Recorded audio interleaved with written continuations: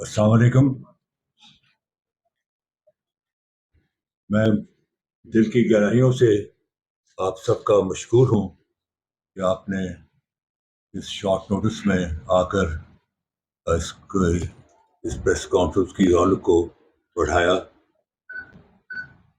دیکھیں، اس وقت جو دنیا میں جو اصول چل رہا ہے وار کا، اس کو کہتے ہیں ہائیبرڈ وار، جسے ففتھ جنریشن وار بھی کہتے ہیں. یہ جو جنگ ہے یہ بارڈرز کے اوپر توپ اور تفنگ سے نہیں لڑی جائے گی، بلکہ ذہنوں میں لڑی جائے گی. اور اس کا بنیادی مقصد یہ ہوتا ہے کہ افواج اور عوام کے درمیان ایک خلیج پیدا کر دوں.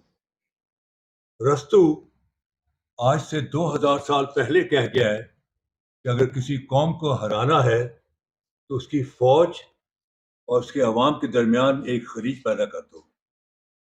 اور یہ جو ہائیبرڈ وار ہے، اس کو جو اپنا اس کو اجے دیوال ڈاکٹرن بھی کہتے ہیں. اجے دیوال جو ہے وہ را کا ڈائریکٹر ہے. اس نے یہ کانسیپٹ دیا اپنا hybrid war and fifth generation war.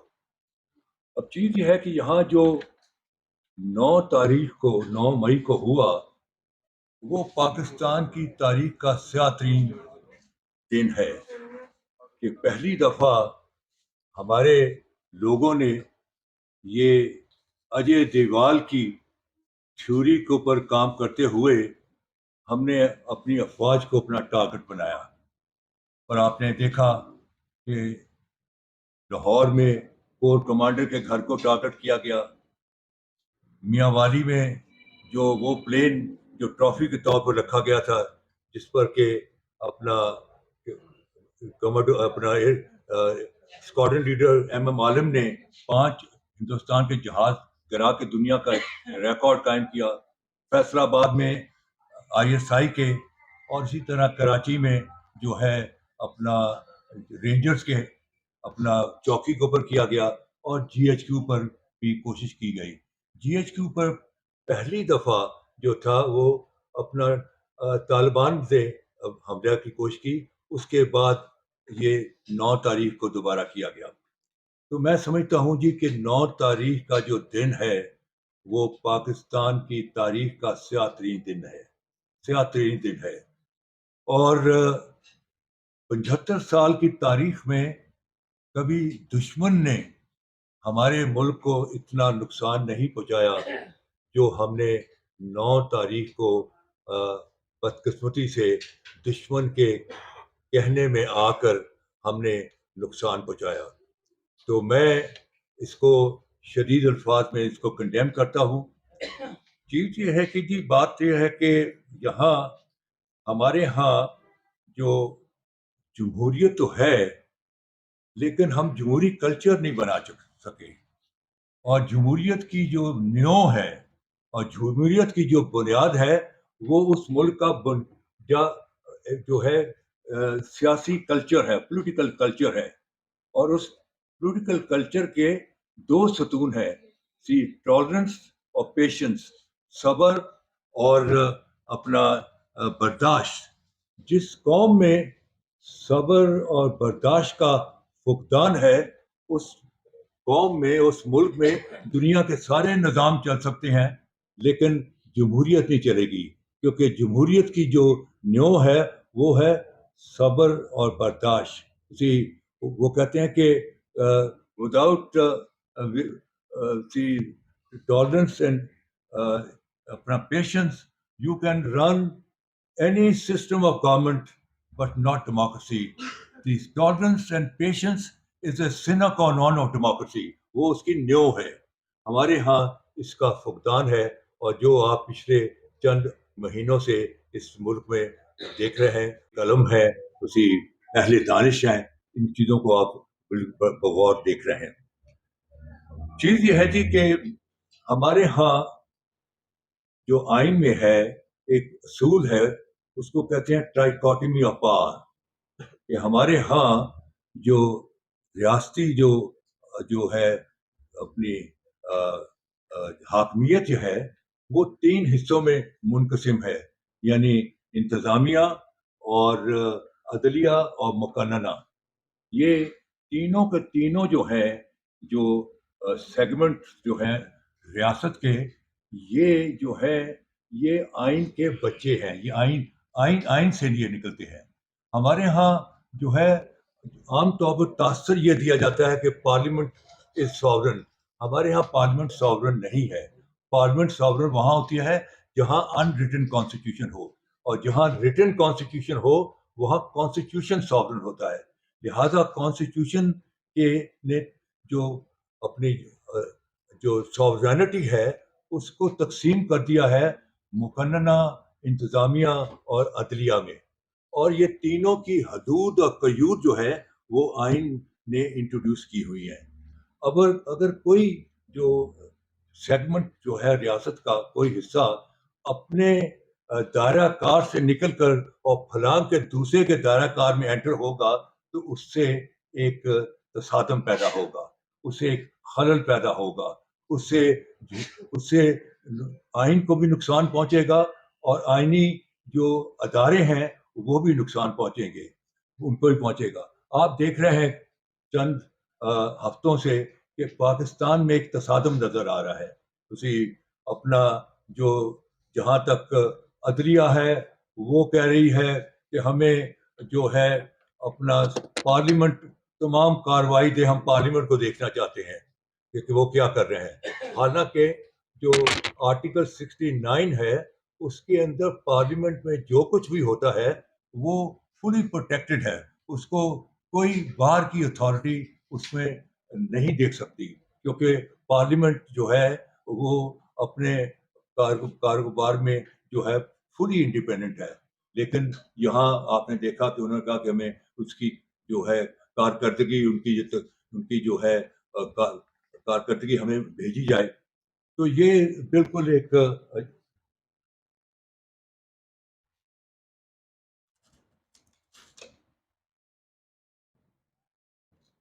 اب یہاں جو ہے کہ ایک جو اپنا جو آئین کا جو حصہ ہے اور جو ادارہ ہے وہ دوسرے ادارے کے اندر چھلانگ مار کے آ چکا ہوا ہے.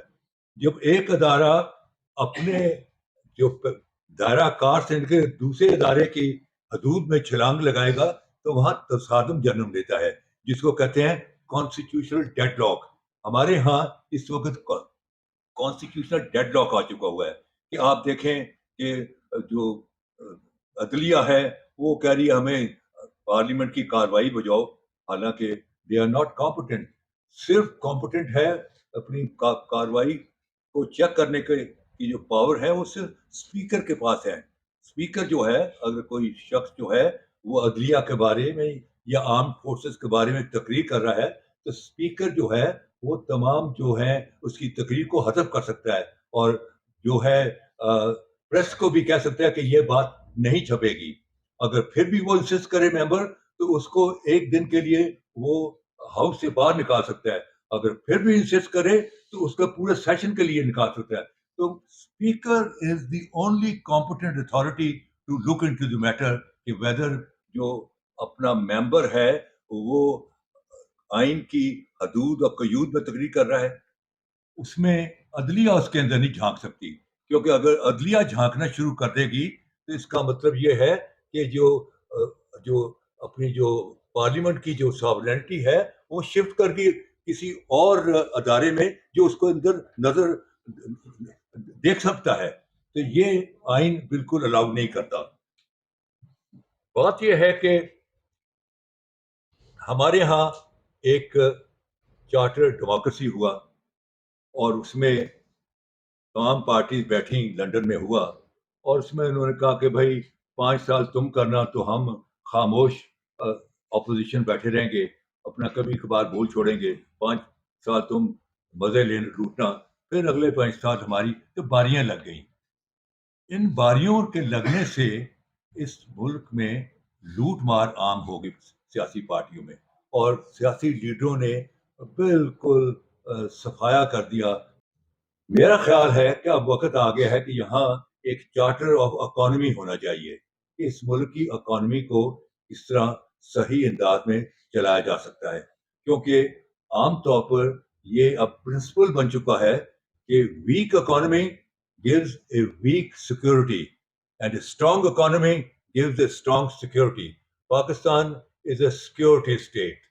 چیز یہ ہے کہ اس کی جو مثال ہے وہ ہے Russian U S S R super power تھی when they overstayed in Afghanistan from 1979 to 89 سال وہاں overstay کر گئے تو the Soviet Russia fell under their own economy, کیونکہ ان کا اکانومی کا بوجھ اتنا بڑا کہ سوویت رشیا جو ہے وہ ٹکڑوں میں بٹ گیا.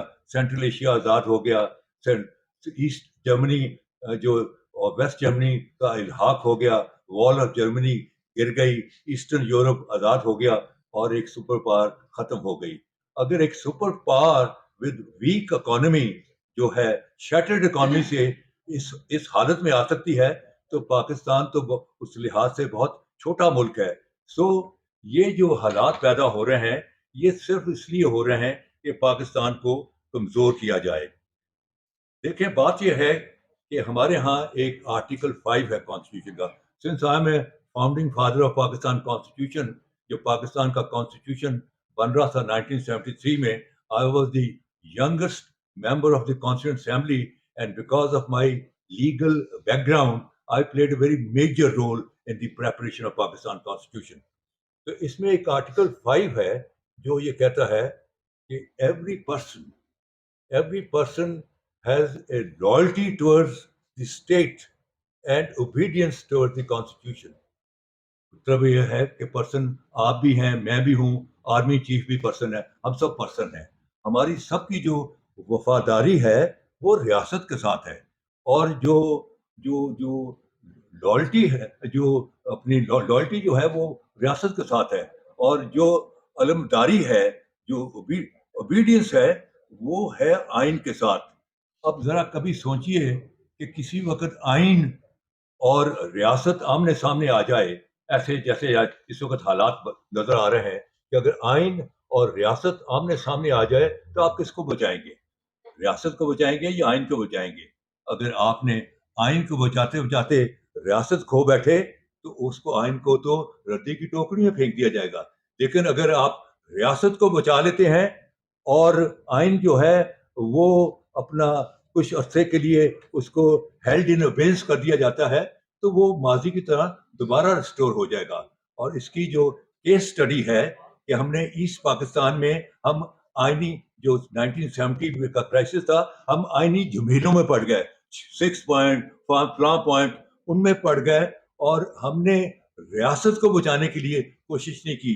تو پھر آپ کے سامنے ہے 16 دسمبر 1971 کا سانیہ کہ ہم نے ریاست کو بچانے کے لیے کوئی اقدام نہیں کیے بلکہ ہم آئینی جھمیلوں میں پڑ گئے. تو چیز یہ ہے کہ آج کیا چٹاگانگ, ڈھاکہ, میمن سنگھ میں پاکستان کا آئین لاگو ہے؟ آنسر نو, کیونکہ وہ ہماری ریاست کا حصہ ہی نہیں ہے. آج پاکستان کو اسی قسم کے حالات نظر جو ہے ان سے سامنا کرنا پڑ رہا ہے. کیونکہ میں نے پاکستان کو ٹوٹتے ہوئے دیکھا. میں واحد شخص تھا جب ذوالفقار علی بھٹو نے کہا کہ جو جائے گا ڈھاکے میں اس کی ٹانگیں توڑ دوں گا, اور جو جائے گا ڈھاکے وہ یک طرفہ ٹکٹ کو لے کے جائے گا, یعنی وہ بچ کر نہیں آئے گا. یہ اس نے 28 فروری 1971 کو اقبال پارک لاہور میں کہا. میں واحد شخص تھا جو اپنے ضمیر کی آواز پر 3 مارچ 1971 کو ڈھاکے گیا, اور میں نے پاکستان کی تاریخ کے ساتھ اپنی حاضری لگائی. پاکستان ایک ہوتا, وہ سیشن نہیں ہوا تو پھر تاریخ ہے کہ آدھا پاکستان ٹوٹ گیا, فوجیں ہار گئیں اور ہزار بے گناہ لوگ مارے گئے. تو چیز یہ ہے کہ آج اسی قسم کے حالات دوبارہ رونما ہو رہے ہیں, اور میں تو کسی وقت رات کو پریشانی سے اٹھ کھڑا ہوتا ہوں کیونکہ میں نے آدھا پاکستان اپنی آنکھوں کے سامنے ٹوٹتے ہوئے دیکھا ہے. تو مجھے اسی قسم کے حالات دوبارہ اس ملک میں رونما ہوتے ہوئے نظر آ رہے ہیں. دعا کیجیے کہ اللہ تعالیٰ پاکستان کو اپنی حفظ و مان و پناہ میں رکھے. پاکستان جو ہے وہ اللہ کا ایک تحفہ ہے, اور پاکستان کے بنانے میں ایک ایک دینی اور ایک روحانی ہیٹرک ہے. ہیٹرک اسے کہتے ہیں کہ جب آپ 3 گیندوں پر جیتیں لیں تو کرکٹ میں بہت چیز سمجھی جاتی ہے. ہمارا یہ جو پاکستان بنانے میں ایک روحانی ہیٹرک ہے کہ اللہ تعالیٰ نے دن چنا تو جمعہ چنا، مہینہ چنا تو رمضان چنا، اور رات چنی تو نزول قرآن کی رات چنی، 27ویں کی رات چنی. اب چیز یہ ہے کہ اللہ تعالیٰ کو کسی نے دیکھا تو ہے نہیں، لیکن جو اہل نظر ہیں، جو رات کو شب برداری کرتے ہیں، وہ جب ہوا فضا میں نشانیاں دیکھتے ہیں تو وہ کہہ اٹھتے ہیں کہ کوئی تو ہے جو نظام ہستی چلا رہا ہے، وہی خدا ہے. تو چیز یہ ہے کہ اس ملک کو جو ہے خدا نے بنایا ہے، اور یہ انشاءاللہ تعالی ہماری تمام تر بدبختیاں اور تمام تر کوتاہیوں کے باوجود یہ ملک جو ہے تا قیامت زندہ رہے گا، کیونکہ یہ ملک جو ہے یہ عالم اسلام کا قلعہ ہے اور ہندوستان اور کشمیر کے لوگوں کی ڈھال ہے. اس کو ایک اسی لیے میں کہتا ہوں کہ پاکستان کا سلوگن کیا ہونا چاہیے؟ ایک مضبوط، غیر مقروض، ناقابل تسخیر پاکستان. سیاسی طور پر مضبوط، معاشی طور پر غیر مقروض اور فوجی طور پر ناقابل تسخیر پاکستان. یہ ہے پاکستان کی منزل اور یہ ہے پاکستان کا فلسفہ، جس کو آج تک ہم نبھا نہیں سکے. ہم نے اس کو 75 سالوں میں اتنا ظلم کیا ہے کہ ہم اس کو آج بالکل ریورس میں جا چکے ہیں. جو ہم سے بعد میں لوگ آزاد ہوئے، چائنا ہم سے 2 سال بعد میں آزاد ہوا، وہ کہاں سے کہاں پہنچ چکے ہوئے ہیں. اور جی وہ لوگ جنہوں نے ہماری اکانومی کا چربا لے کے نارتھ کوریا اور اپنا اور ملکوں نے اسی جو فالو کیا، وہ آج کہاں پہنچے ہوئے ہیں اور ہم آج کہاں پہنچے ہوئے ہیں. تو چیز یہ ہے کہ یہ ساری پرابلم آ رہی ہیں کہ ہمارے ہاں لیڈرشپ کی جو ہے کمزوری ہے. پاکستان میں اللہ تعالیٰ نے بہت ساری چیزیں دی ہوئی ہیں. پاکستان میں جو ہے اپنا یہ واحد ملک ہے جس میں 35 گلیشیئرز ہیں. گلیشیئر سے باہر لے گئے. منی لانڈرنگ ایسے ہی ہے کہ جیسے کسی پہلوان کے جسم میں سے آپ 6 بوتلیں خون کی نکال لیں، وہ پہلوان آدھے گھنٹے کے بعد مر جائے گا، اور جس ریاست سے اس کے پیسے لے کے آپ باہر بھیج دیں، وہ ریاست جو ہے وہ ختم ہو جاتی ہے. آج وہی پوزیشن ہے. تو یہ ہے.